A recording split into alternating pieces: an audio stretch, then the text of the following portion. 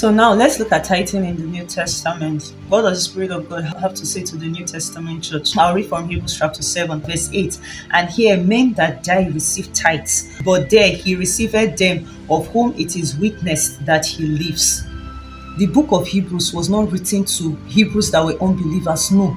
The book of Hebrews was written to the Hebrew church. That means Hebrews who had believed that Jesus is the Messiah, Hebrews who were Christians. That is one. This book was not written to unbelievers. It was not written to Old Testament. It was written to New Testament saints. That is one. Secondly, verse 8 was said in the present continuous tense. It was not said in the past tense. So the Spirit of God was not saying that tithing was something that was done but should no longer be done. No.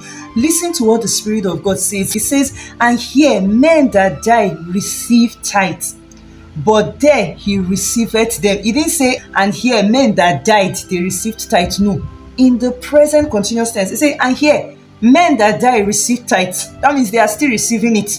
But there he receiveth them of whom it is witnessed that he lives. So by this, the Spirit of God was telling the Hebrew church that this is a practice that is being done, and this is a practice that should continue to be done. The Spirit of God didn't talk about it in the past tense. The Spirit of God spoke about it in the present and in the present continuous tense. So tithing was a practice of the Hebrew church. The writer of Hebrews was not referring to those practicing the law of Moses. No, he was referring to the church of Christ. And the person he was claiming that was receiving the tithe here was Jesus. And Jesus is the high priest of the new covenant.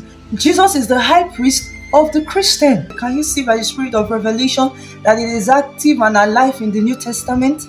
I just read the scriptures to you and I didn't write the Bible. Book of Hebrews 2:17 calls Jesus our faithful and high priest. So like I said earlier, your tithe is something that Jesus himself receives. And if you attend the local assembly where they keep the basket in front or the wooden box in front and they say, oh, everybody come and drop your tithe, don't send your children to go and drop your tithe or offerings.